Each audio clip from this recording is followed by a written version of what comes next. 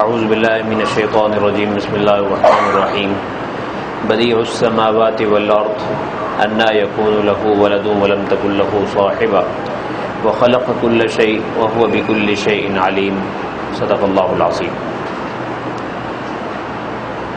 پچھلی آیت میں گزرا تھا کہ کائنات میں اللہ کی قدرت کو نشانیاں دیکھتے ہوئے بھی لوگ اللہ کے ساتھ اوروں کو شریک بناتے ہیں، جنات کو، اوروں کو۔ عیسیٰ علیہ السلام کو عیسائی کہتے ہیں کہ وہ اللہ کے بیٹے ہیں، عزیر علیہ السلام کو یہود کہتے ہیں کہ وہ اللہ کے بیٹے ہیں۔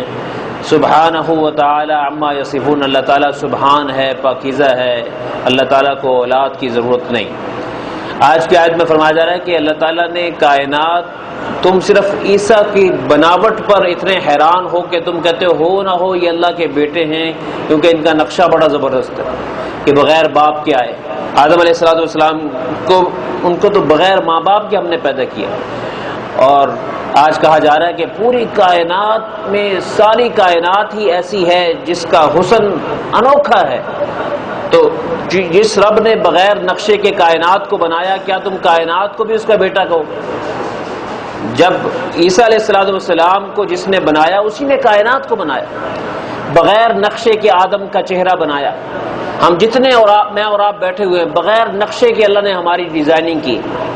کائنات میں جتنے 7 ارب انسان ہیں، سب کے فنگر پرنٹس علیحدہ ہیں بغیر نقشے کے، سب کی آوازیں علیحدہ بغیر نقشے کے، سب کی آنکھوں کے ڈیزائن مختلف بغیر نقشے کے، سب کے انداز مختلف بغیر نقشے کے، سب کے مزاج مختلف بغیر نقشے کے۔ اور پھر اس کے علاوہ شیر دیکھو چڑیا گھر میں جا کے، کیسا نقشہ ہے اس کا، کیسی کھال ہے اس کی، اور چیتا دیکھو، ہاتھی دیکھو، ریچھ دیکھو، اور اس کے علاوہ پھر بلبل کا نغمہ سنو، اور کبوتر کی معصومیت دیکھو، اور شتر مرغ کا سائز دیکھو، کیسے میرے اللہ کی قدرت کے شاکار ہیں، بغیر نقشے کے بنایا۔ اور میں پھر تم سب کو کہو کہ یہ بیٹے، وہ بڑی کائنات، بڑی عظیم قدرتوں والا ہے۔ بدیع السماوات والارض، آسمان اور زمین کو اس نے بغیر نقشے کے بنایا۔ انا یکون لہ ولد، اس کے لیے بیٹا کیسے ہو سکتا ہے؟ ولم تکن لہ صاحبہ، بیٹے کے لیے کسی کو بیوی بنانا ہوتا ہے۔ اللہ کہتا ہے اس کی میری کوئی بیوی نہیں، تم بھی مانتے ہو کہ اللہ تعالیٰ کی کوئی بیوی نہیں، تو پھر کیسے کسی کو میرا بیٹا بنا رہے ہو؟ وخلق کل شیء، میرا تعلق مخلوق کے ساتھ اور کوئی نہیں، خالق ہونے کا تعلق ہے۔ ہر چیز کا خالق ہوں میں، خالق کا کسی مخلوق کے ساتھ جوڑ ہوتا ہی نہیں۔ اور پھر وَهُوَ بِكُلِّ شَيْءٍ عَلِيمٌ، ہر چیز کو جانتا ہوں، ہر ایک کی نگرانی کرتا ہوں۔ یہ بھی نہیں کہ میں نظام کو سنبھال نہیں سکتا تو اس کے لیے میں کسی کو پیدا کروں کہ چلو میرا کوئی تعاون کر دے، میں ہر ایک کی نگرانی خود کرتا ہوں۔ ذَلِكُمُ اللَّهُ رَبُّكُمْ، یہ اللہ تمہارا رب ہے، لا الہ الا ہو، اس کے علاوہ کائنات میں کسی کا حکم نہیں چلتا، کسی کا نظام نہیں چلتا۔ خالق کل شیء فاعبدوہ، ہر چیز کا پیدا کرنے والا ہے، اس لیے تم سے کہا جا رہا ہے کہ تم اسی کے عبد بنو۔ فاعبدوہ کا ایک معنی اسی کی عبادت کرو، ایک معنی اس کے عبد بنو۔ عبد کسے کہتے ہیں؟ عبد اسے کہتے ہیں جو اپنے آپ کو اپنا بھی مالک نہ سمجھے، کہ میں اپنا بھی مالک نہیں، میری آنکھ پہ میرے اللہ کا ہولڈ ہے، میرے کان وہ سنیں گے جو میرا رب چاہے گا، میری زبان وہ بولے گی جو رب چاہے گی، میرے دماغ کی سوچ وہ ہوگی جو میرا رب چاہے گا۔ فاعبدوہ، اس کی عبدیت اختیار کرو۔ وَهُوَ عَلَى كُلِّ شَيْءٍ وَكِيلٌ، اور وہ ہر چیز پر کار ساز ہے۔ جب تم اس کو ساتھ لوگے پھر تو تمہارے مسئلے نہیں رہیں گے۔ لا تدرکہ الابصار، فرمایا وہ اتنی عظیم ذات ہے کہ تمہاری آنکھیں اس کا احاطہ نہیں کر سکتی۔ اللہ تعالیٰ کی سمت نہیں، جہت نہیں، محدودیت نہیں، کیونکہ محدود ہونا تو پھر اللہ کو آپ دیکھ سکیں۔ وہ ایسا اللہ تعالیٰ کو کوئی دیکھ ہی نہیں سکتا کہ اللہ تعالیٰ کو مکمل طور پر کوئی سمجھ سکے۔ لا تدرکہ الابصار، آنکھیں اس کا ادراک نہیں کر سکتی۔ وہو یدرک الابصار، اور وہ سارے دیکھنے والوں کو دیکھتا ہے اور اس کا احاطہ کرتا ہے۔ وہو اللطیف الخبیر، اور بڑی باریک ذات ہے، لطافت والی اور بہت باخبر ذات ہے۔ اس آیت کی وجہ سے ایک طبقہ گزرا ہے معتزلہ، وہ کہتے تھے کہ اللہ تعالیٰ کو قیامت کے دن بھی کوئی نہیں دیکھ سکتا، لیکن قرآن مجید کی آیت میں آتا ہے، سورۃ القیامہ میں آتا ہے، وجوہ یومئذ ناظرہ الی ربہا ناظرہ، کچھ چہرے ایسے ہیں جو کامیاب ہوں گے، ہم انہیں پھر خوش کریں گے، خوش کرنے کے لیے نہریں بھی دیں گے، باغات بھی دیں گے، انہار بھی دیں گے، فراوانیاں دیں گے، لیکن ایک نعمت اور دیں گے کہ انہوں نے ہمارے دنیا میں ہمارے پیدا کردہ حسن کو دیکھا، کائنات کے حسن کو دیکھا، لیکن ہم اپنا حسن انہیں دکھائیں گے۔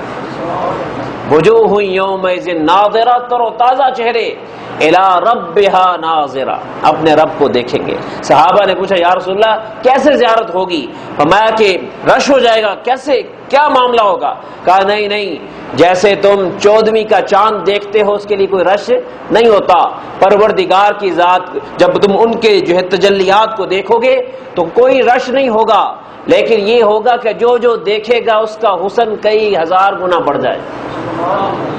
کیسا حسین ہے، اور جس نے یوسف کو پیدا کیا وہ کیسا حسین ہوگا، اور اس کو دیکھ کر بیوی پہچان نہیں سکے گی، جنت کی بیویاں کہیں گی تم اتنے حسین کیسے ہو، ابھی تو تم گئے تھے پہلے بھی حسین تھے لیکن آج تو انوکھا حسن۔ کہا آج ایسی محفل میں گئے تھے جہاں پروردگار نے اپنا جلوہ کروایا، اللہ ہمیں اس میں شامل فرمائے۔ لیکن دوستو اس کے لیے اپنی اس آنکھ کو اس مادی حسن سے بچانا پڑے۔ یہ انسان کی جو آنکھ ہے نا، یہ جہاں جاتی ہے کھب جاتی، پھر دل کو بھی ساتھ ہی ڈبو دیتی، اس لیے بچا لیں اس کو، آج قیمت بہت بڑی لگنی ہے اس کی، اور پھر اتنی بڑی قیمت کہ ہم سوچ ہی نہیں سکتے۔ فرمایا لا تدرکہ الابصار، آنکھیں اس کا ادراک نہیں کر سکتی۔ تو اس آیت کو وہ دلیل بناتے ہیں، اس کے جواب میں علماء فرماتے ہیں کہ تدرکہ ادراک سے ہے، ادراک کہتے ہیں کہ مکمل طور پر کہ اللہ تعالیٰ کو کوئی سمجھ لے، تو اللہ تعالیٰ اس کی نفی کر رہے ہیں کہ مجھے کوئی سمجھ نہیں سکتا، اسی کو ماننا پڑے گا کہ بس جیسا وہ ہے ہم اس کو مانتے ہیں۔ وَهُوَ يُدْرِكُ الْأَبْصَارَ، اور وہ سب کا ادراک کرتا ہے، سب کو سمجھتا ہے۔ وَهُوَ اللَّطِيفُ الْخَبِيرُ، اور بڑی باریک ذات ہے، باخبر ذات ہے۔ یہ اللطیف اللہ کے بڑے پیارے ناموں میں سے ہے۔ مسائل پھنسے ہوئے ہو نا تو یا لطیف یا اللہ ادرکنی بلطفک الخفی، اور بزرگوں نے یہ جو وظیفہ بتایا ہے کہ اگر کسی بندے کا کام نہ بن رہا ہو تو یہ 1000 دفعہ یہ پڑھ کے پھر اللہ سے دعا مانگے تو اللہ تعالیٰ اس مسئلے کو حل کر دے۔ یا لطیف یا اللہ ادرکنی، کسی کام کے لیے آپ جا رہے ہیں کہ پتہ نہیں یار میرا وہاں کام بنے گا نہیں بنے گا، تو اس کے لیے یہ پڑھ کے چلے جائیں، یا لطیف یا اللہ ادرکنی بلطفک الخفی، لطف جیسے اردو کا لفظ ہوتا ہے، بلطفک الخفی، اے لطف والے اللہ، باریک بین اللہ، اپنا خاص کرم کر دے اور میری مدد فرما دے۔ یہ اس تصور کے ساتھ پڑھے، اور اگر کام بڑا ہو تو مسلسل پڑھتا رہے، اور ایک نہ ایک دن اللہ تعالیٰ آسانی فرمائیں گے۔ قد جاءکم بصائر من ربکم، تحقیق تمہارے پاس رب تعالیٰ کی طرف سے نشانیاں آ چکی ہیں، قدرت کی نشانیاں۔ فمن ابصر فلنفسی، بس جس نے اپنے آپ کو بینا بنا لیا اس کا فائدہ اسی کو ہوگا۔ ومن عمی، اور جو نشانیوں سے اندھا بنا رہا، آیات میں غور نہیں کیا، کائنات میں غور نہیں کیا، بس کھایا پیا اور مستی کی زندگی گزاری، اندھا بنا رہا، فعلیہا، اس کا وبال بھی اسی پر ہے۔ وما انا علیکم بحفیظ، نبی علیہ السلام سے کہا جا رہا ہے کہ آپ فرما دیں کہ میں تمہارے اوپر نگہبان نہیں ہوں کہ تم نافرمانی کرو تو مجھ سے پوچھا جائے، نہیں نہیں، میرا کام سمجھانا ہے، تمہیں سمجھا دیا ہے، اب اگر غلطی کرو گے تو یہ پھر میرے اوپر منسوب نہیں ہوگا، یہ میں نگہبان نہیں ہوں، وہ تمہارا اپنا مسئلہ ہے۔ جب حق سمجھ آ گیا اب تمہیں بات کو مان لینا چاہیے۔ وَكَذَلِكَ نُصَرِّفُ الْآيَاتِ، اسی طرح ہم اپنی قدرت کے دلائل کو انداز بدل بدل کے سمجھاتے ہیں، پھیر پھیر کر مختلف طریقوں سے دلائل کو بیان کرتے ہیں۔ وَلِيَقُولُوا دَرَسْتَ، اور تاکہ وہ لوگ کہیں کہ آپ نے پڑھ دیا ہے۔ اس کے ایک مطلب اس کا یہ ہے کہ انجام میں نا وہ ماننے کی بجائے دشمن باز کہتے تھے کہ آپ کو کوئی اور آتا ہے رات کے وقت میں، آپ کسی سے سیکھتے ہیں پھر ہمیں سکھاتے ہیں، اور آپ اللہ کے نبی نہیں ہیں، اللہ کی طرف سے کوئی نہیں آتا، آپ نے کوئی کسی نہ کسی کو استاد بنایا ہوا ہے، آپ اس سے پڑھ کر ہمیں بتائے جاتے ہیں، ہم آپ کو نبی ماننے کے لیے تیار نہیں۔ فرمایا کہ ہم تو آپ کو یہ دے رہے ہیں، انجام میں وہ یہ کہتے رہے کہ آپ کسی سے پڑھ کے آئے ہیں، لیکن اس کی آپ کو پرواہ کرنے کی ضرورت نہیں، کیونکہ آپ کو تو ہم بتا رہے ہیں، کوئی مانے یا نہ مانے۔ وَلِنُبَيِّنَهُ لِقَوْمٍ يَعْلَمُونَ، اور اب اسے اس قوم کے لیے بیان کر رہے ہیں جو جاننا چاہتے ہیں۔ جو نہیں جاننا چاہتا، اندھا بنا ہوا ہے، بنا رہے، آپ کو نقصان نہیں ہے، نقصان اس کا اپنا ہے۔ دوسرا معنی یہ بھی ہے وَلِيَقُولُوا دَرَسْتَ، تاکہ وہ اعتراف کریں کہ آپ نے سمجھانے کا حق ادا کر دیا ہے۔ درس دینے کا مطلب اچھی طرح سمجھانا بھی آتا ہے کہ قیامت کے روز وہ یہ نہیں کہہ سکیں گے کہ آپ نے سمجھایا نہیں تھا۔ اس دن جب آپ پوچھیں گے کہ آپ سمجھایا تھا کہ نہیں سمجھایا تھا، فرشتے پوچھیں گے کیا تمہارے پاس اللہ کے نبی آئے تھے، کیا تمہیں انہوں نے سمجھایا تھا؟ تو اعتراف کریں گے کہ ہاں آیا تھا اور انہوں نے ہمیں سمجھایا تھا۔ اور سورہ ملک میں آتا ہے لو کننا نسمع او ناقل، کاش کہ ہم اس وقت سن لیتے اور سمجھ لیتے، ما کننا فی اصحاب السعیر، آج ہمارا انجام خراب نہ ہوتا۔ نبی کا تو ذمہ داری اس نے ادا کر دی تھی، ہم ہی نہ سمجھ سکے، تو فرمایا کہ ہم آیات کو پھیر پھیر کے بیان کرتے ہیں، باقی قسمت کی بات ہے، کوئی سمجھے گا کوئی نہیں سمجھے گا، لیکن یاد رکھے جو بندہ سنجیدہ ہوتا ہے نا اسی کو دلائل کی زندگی سمجھ آتی ہے، دلائل کی بات سمجھ آتی، وگرنہ جو سنجیدہ نہیں ہوتا وہ ہر بات کو ٹالنا بھی جانتا ہے، ہر بات کو ٹالنا جانتا ہے۔ اس لیے دین کے معاملے میں، زندگی کے معاملے میں بندے کو سنجیدہ ہونا چاہیے۔ اللہ پاک ہمیں ان آیات سے سبق لینے کی توفیق عطا فرمائے۔ وآخر دعوانا الحمدللہ رب العالمین۔